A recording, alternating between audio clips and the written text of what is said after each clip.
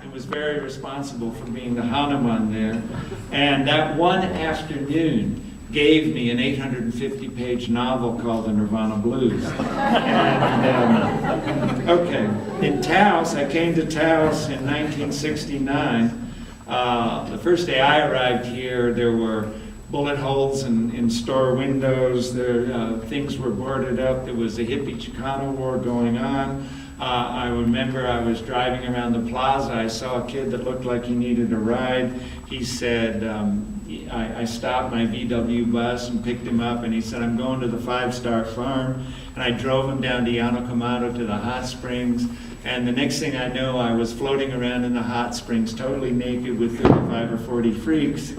And then they asked me to dinner, and they were all squatting around a big cauldron full of stew or something and eating it with their hands. And then they asked me to stay because they were having what amounted, as far as I could tell, a kind of communal fuckathon that night.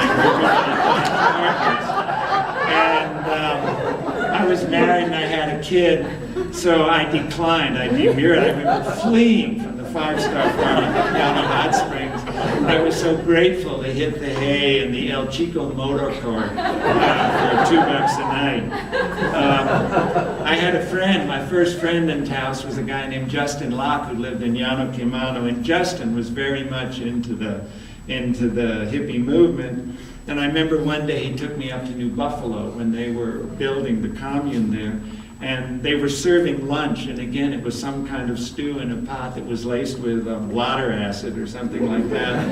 And I was the only person who refused to eat the stew. But that is another connection to the hippie movement. I met Dennis Hopper almost as soon as I got to Taos.